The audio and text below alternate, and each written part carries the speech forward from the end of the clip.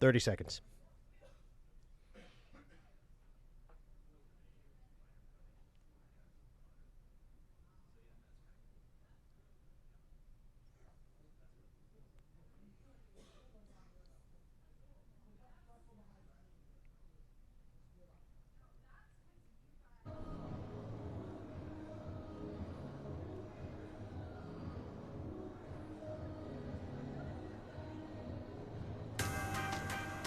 This is KC Sports Tonight. Hey, everybody, and happy Friday afternoon/evening from KC Sports Tonight. Scott Reiss hanging out in our KCTV5 newsroom. Marleah Campbell at CPKC Stadium, where tonight your KC Currents will put its 14-match unbeaten streak this season, 16 dating back to last year, on the line against the Houston Dash. Marleah set the scene for us. We got a lot going on out there tonight. Yeah, as you mentioned, 14 games, they're unbeaten through this season. They had their last two, they were unbeaten last year. So tonight would be number 17 in a row that no team has been able to take this Kansas City Current team down. That would be an NWSL record, an all-time record. So going for history tonight, and they have a familiar foe they're going against. They're playing the Houston Dash. If it sounds like they play them all the time, it's because they kind of do. They've played the Dash more than any other team in the NWSL. So a foe they're very familiar with. You might remember the name Cece Kaiser. She is a local kid, went to high school in the area, ended up playing for the Current. The Current traded her to Houston last year, so she'll be on the pitch tonight. But just a big match, and going for history. It feels like the Current are doing that every other week at this point. But yeah, going to be a big one tonight, and I'm excited for it. This is a dynamic Current team. 17 different players on this roster have scored this season. That's an NWSL record. Again, it feels like every day we're talking about some other milestone that this team is trying to reach, but certainly a big one tonight. Longest NWSL unbeaten streak in history on the line tonight. Yeah, I had forgotten about the CC Kaiser angle. That's kind of a cool subplot because she'll have some friends and family here, and she was very popular among the team members of the Current, so that'll be interesting too. And I think you mentioned the 17 different goal scorers for this team. That's just another incredible, really unfathomable number. Record. Yeah, another record already, and They beat it at 15. That was the record. Right. They're going to blow it away. And I was looking at the ledger. Haley Mace, who plays pretty much every game, has not scored yet this year. So that's my odds-on favorite for number 18. We'll see if it happens tonight. Yeah, big chance for it tonight. And the last time the Current played the Dash, they were down in Houston. They tied 1-1, kind of a disappointing result for them. However, there was a 4-hour rain delay that they were stuck in the locker room at halftime, so much so that they started breaking out card games. So kind of a weird one down in Houston. Hopefully more normal tonight. A little bit cloudy out here, but yeah, I mean, just a big one coming up. And then you got a massive one next week with Orlando, also unbeaten. Two unbeaten teams in the NWSL. We'll see how Orlando does tomorrow. But we could be talking about a monster matchup next week. It'll be monster no matter what. But the storyline is so much more fun if they're both undefeated, right, going into that game. Oh, so, no doubt. Fingers crossed, going to be a great night at CPKC. Yeah, and we've been building up. We've been building toward this for a couple of weeks, keeping an eye on what Orlando's doing and obviously what the Current are doing. So, yeah, at least for tonight, it's go KC, and tomorrow it's go Orlando because we want to see those zeros in the loss column going head-to-head. Of course, they'll probably tie next week, and then they'll both continue. But anyway, we'll see how that goes. Okay. This is cool. One more thing on this. Yeah. One more thing real quick. So, so the gates here to CPKC Stadium open at 5 o'clock. That's 2 hours before game time. There was a line of maybe 150, 200 people waiting to get in, like 10, 15 minutes. I got here probably 4:45. They were waiting to get in, waiting for the gates to open so they could find their seats, and that's 2 hours before the game even starts. So expecting another sellout crowd tonight. This is as dedicated of a fan base as you'll get. They're really excited. You got the momentum of the stadium and the team being at the top of the NWSL table. So always great vibes here. Love them on Friday nights. There's something special about a Friday night NWSL match. But again, 7 o'clock, Houston versus Current. Well, the fans are going to have to be loud because they're going to have to yell over the music, which is clearly loud. So you got vibes going already. Stadium I've ever been to. Right. Well, at least you found a softer spot than last time we had you out there. So we appreciate that. Yeah, I'm in kind of like a concrete cave that I found, and it seems to be working. Beautiful. But, yeah, no, it's all good. It's honestly, it's like a party out here. They have a 2-hour party before every game, so lots of fun. Who doesn't love a party on a Friday afternoon? You know who was partying last night? Your Kansas City Royals, Marleah Campbell. It was another nail-biter. Again, they had to come from behind. They were down 1-0 against Cleveland, just as they were down 1-0 against Miami the day before. And they scored 2 in the 6th, back-to-back triples, which you don't see every day. And then a sacrifice fly from who else? Vinny Pasquantino, who now has 9 sacrifice flies, which is tops in the Major League. That's a very underrated skill. Yeah, I guess. But it was the game-winning RBI, and the pitching was fantastic. And Royals win a game they had to have, I think, to get this series started on the right foot. Puts them back right now in a playoff position as of today. And again, we're not halfway through the season, so take it with a grain of salt. But you're right now you're a wild card as of this moment. And more importantly, I think they chopped a game off that deficit in the AL Central, and they'll go back to it tonight in Game 2. Yeah, we talked about this a lot yesterday doing the show from the K, which, by the way, I think were good luck charms, because every time I've done this show from a stadium, that team has won that night. So hopefully we keep it going here at CBKC tonight. But we were talking about this a lot yesterday about how important this series is. I mean, you really have a chance to make up some ground in the AL Central. So I think, 7 games back now? Is that right? 8 now. It is 8. Yesterday? Yep, it was 9, now it's 8. 8 now. Okay, yeah. Well, and remember, there was that period a couple weeks ago where it was like 1 game, half a game, 1 game, half a game, and then the Royals had that brutal stretch going 8-19 over like a 2-3 week period. So this is a big one. You got them in the house. You can take control of these next 4 games. You can, we were talking to Vinny, who ended up being the hero of the night, and he was saying this is an opportunity where we're kind of checking the Guardians' score, like to see if they win, to see if we win. This is a chance where you take all the variables out of it. You can control your own destiny and really start to chip away in the division.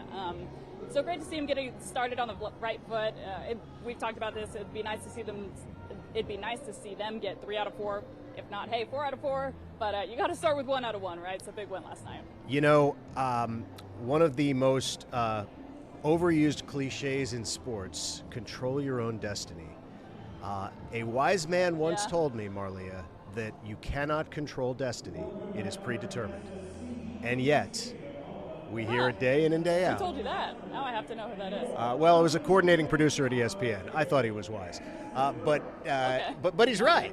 I mean, technically, for some destiny. reason I thought it was a higher power. No. Bill Perry, not a higher power, but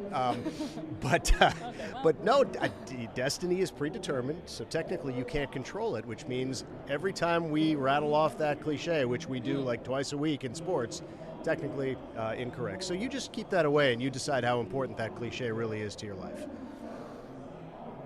Okay, well, that's a really what's that? What's up when you have a crisis? I can't even think of the word for the crisis, so that tells you that I should not be weighing in on this debate. But if you believe in the cliche, it's this series where you can't control your own destiny. It would be really nice to put the Guardians back a scooch. They have a really tough part of their schedule coming up. The Royals kind of crawled their way through theirs, but it only gets up from that point of playing 4 division leaders in a row. So yeah, be nice to kind of widen the gap here, and then have the Guardians' turn to have a brutal stretch of their schedule and hopefully fall back a bit.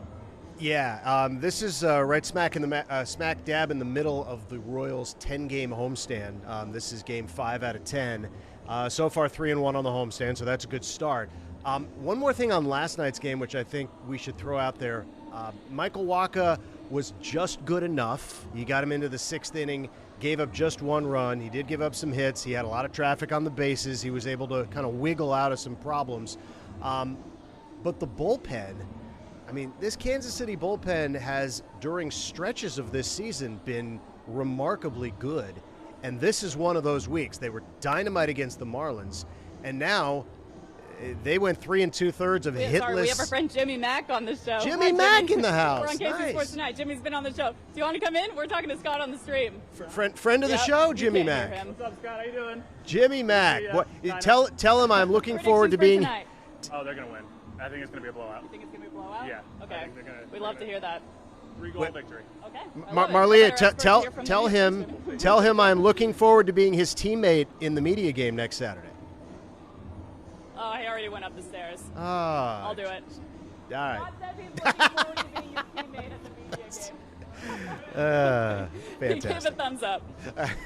Fantastic. Well, I guess it's better than a thumbs down. By the way, the word I was looking for was existential crisis. That was the word I was looking for. We got a little bit off topic there. But You could argue the last 5 minutes was one big existential crisis.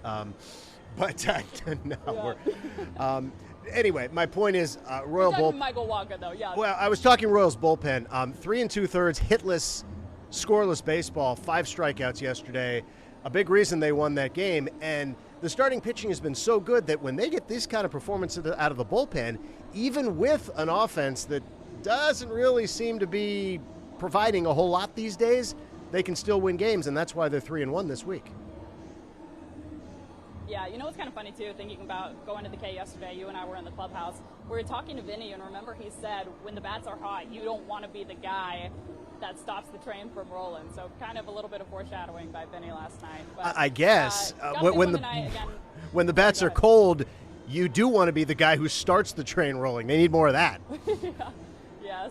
Yes, that is true. Very true. We saw it in the 8th inning the other night. Also, one more thing Vinny pointed out was that, not last night, but the game before, was the 81 game mark in the season, which is hard to believe that they're at their quote-unquote halfway part of the season. We still got a little bit before the All-Star break, but hard to believe that the season has flown by like this.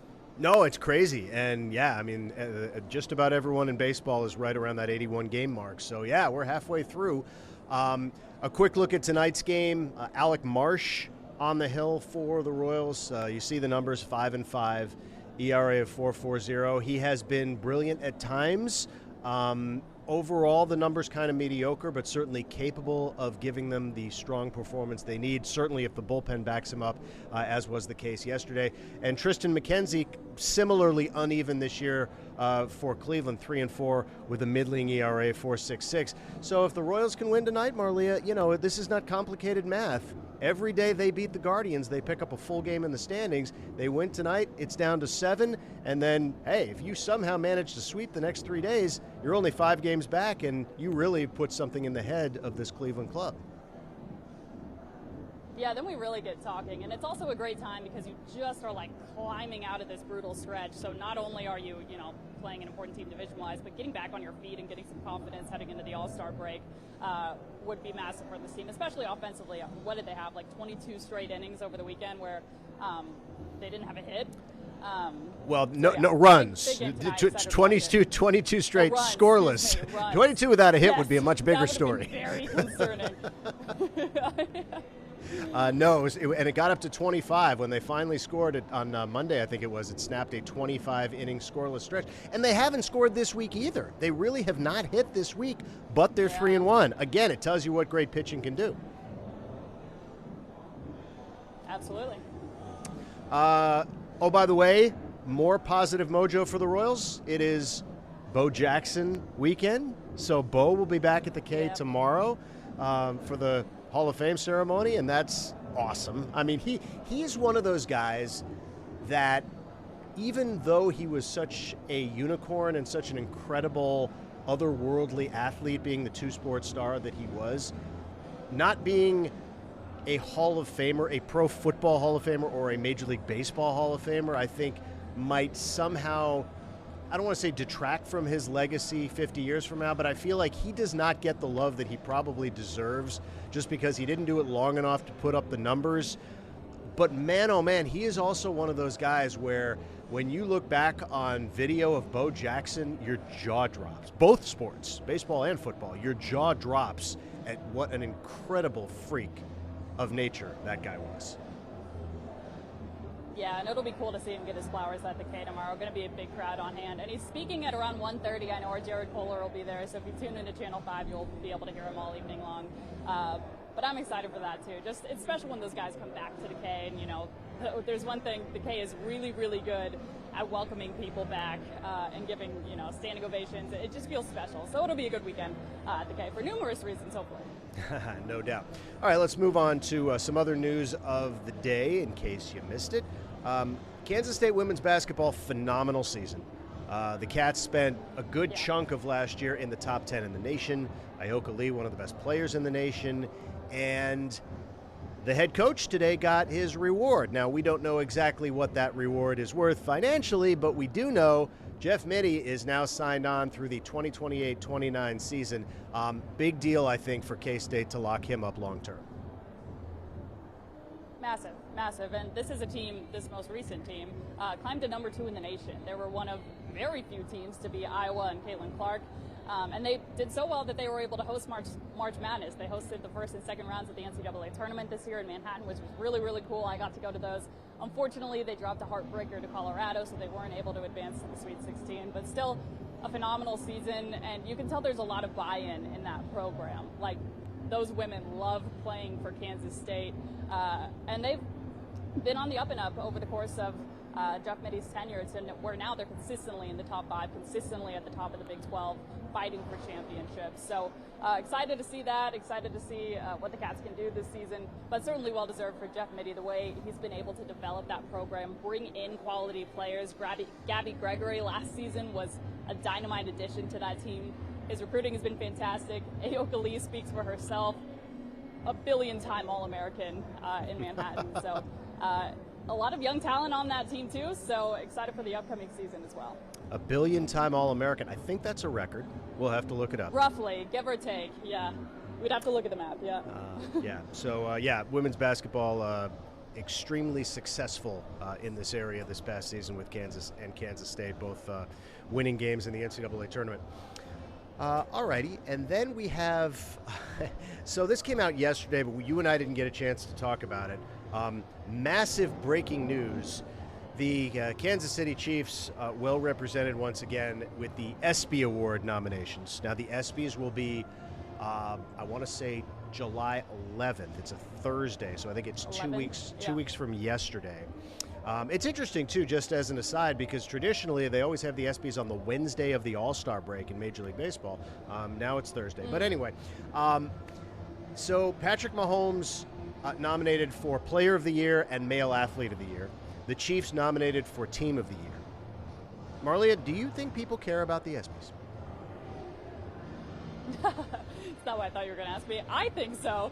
I love the ESPYs. I remember watching Justin Timberlake host in like 2008 or something, and I still sing the song that he sang on stage. It was phenomenal. I think there's big entertainment value. I don't know if they're necessarily putting their ESPYs next to, Patrick Mahomes' 3 Super Bowl MVP trophies, but,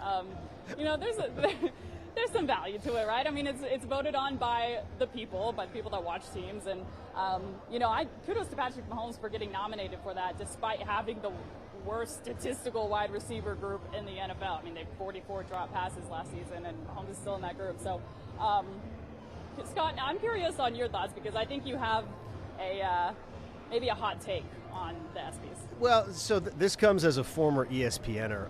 I just, from the jump, it rubbed me the wrong way a little bit. It just seemed like it's an award generated by a television network.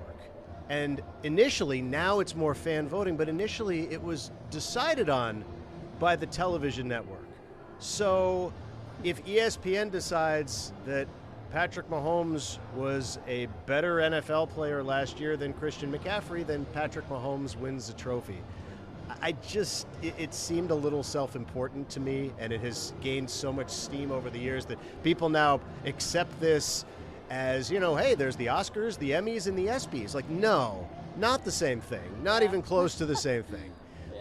It's like maybe you and I and Jared and Neil, right? The four of us, we should get together and have the KCTVs or whatever you want to call them and give out awards. And it can be Best Athlete, Bobby Witt Jr., Travis Kelce, Patrick Mahomes, and I don't know. It seems. Anyway, you get my point. I always felt like it was a little bit self-serving. But that said, people around here do seem to dig it. Obviously, the Chiefs well represented. But here's the thing, how are you going to tell me who the best team of last year was if I tell you the nominees are the Chiefs, it is very much apples to oranges. Michigan football, the Las Vegas Aces, UConn basketball, the Celtics, the Panthers, the Texas Rangers, all won titles, Oklahoma softball. How are you going to tell me who's the best of that group? It's every team that won a championship in every sport. I know that's probably a rhetorical question, but I'm going to give you an actual answer. Please do. Pickleball tournament. One giant pickleball tournament. Bring everyone together for a sport no one plays and duke it out for the top. That is something that I would be good watch TV. Yes, I think you may have solved it. Just saying. Yeah, but anyway, for the record, as I look at the nominees, it is best NFL players: Mahomes, McCaffrey, Lamar Jackson, and Myles Garrett. So, I'll let you handicap Patrick's chances there. I'd say they're probably pretty good. Sure. And best athlete in a men's sport is Mahomes, Shohei Ohtani, Scotty Scheffler, and Connor McDavid. So that's an interesting foursome. Pickleball tournament. You can have singles and you can have doubles with the teams. I think I'm onto something. Oh, goodness. Well, I tell you what, if you can organize this, we will put our stamp on it. We'll get the KCTV5 marketing gurus in a room, and we will see if we can make this happen. And we will settle this once and for all. Who's the best athlete on the planet? We'll take the best guy from every sport. Yep, there we go. Okay, well, it is Friday afternoon. It is quitting time. We have clearly lost our minds, and it's time for women's soccer. So you got that going for you. Yep, very excited. Going to be a great one tonight.